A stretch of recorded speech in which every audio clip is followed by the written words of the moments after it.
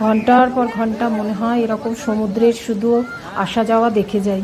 আর সত্যি কথা বলতে আমি এখন একটু সুস্থ আছি, ফ্ল্যাট এরিয়াতে আস্তে আস্তে হাঁটতে পারছি, কিন্তু একটু সিঁড়ি ভাঙতে হলে বা এলোমের মানে ওপর নিচ হলেই আর কি আমার খুবই পায়ে আর কি হাঁটুর মধ্যে যন্ত্রণা হচ্ছে।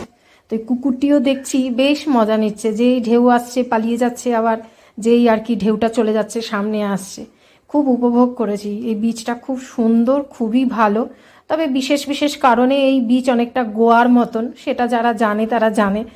আর আমি আর কি বলবো, তবে ভালো লাগবে, বেশ ভালো লাগবে। আর এটা একদম ওড়িশার, মানে এটা অনেকেই বলে যে ওড়িশার আর কি একটা বর্ডার, এই ওড়িশাতেই এই বিচটা। আর এখানে দেখুন জলের মধ্যে এরকম নানান রকম ওয়াটার স্পোর্টস হচ্ছে, সেসব দেখে অবশেষে আমরা এখানে এসেছি। একটি কাজু কুলফি আমি খাবো, যেটা খেতে আমার খুব ভালো লাগে। হাজব্যান্ড অনেক বারণ করছে, এই সবে মানে সুগার হয়ে যাবে, হ্যানা হয়ে যাবে। তো ওই সব খেতে খেতে একটা ছোট্ট আর কি এই যে বাছুর, সেই আমার কাছে এসে খাবার চাইছে। তো আমরা কাজু কিনবো, এখানে কাজু কিন্তু খুব সস্তা, এলে কিনে নিয়ে যেতে পারেন বাড়ির জন্যে। তো আমরা তো ওড়িশা যেখানে থাকি সেখানে আরও সস্তা।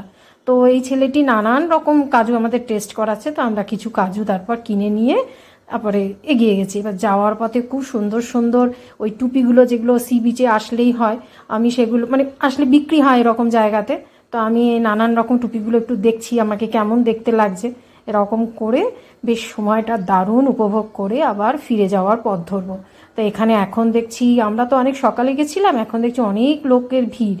তো আস্তে আস্তে আমরা পরে যেখানে আর কি গাড়ি করেই দেখা যাবে সেই জায়গায় যাব বলে এগিয়ে যাচ্ছি।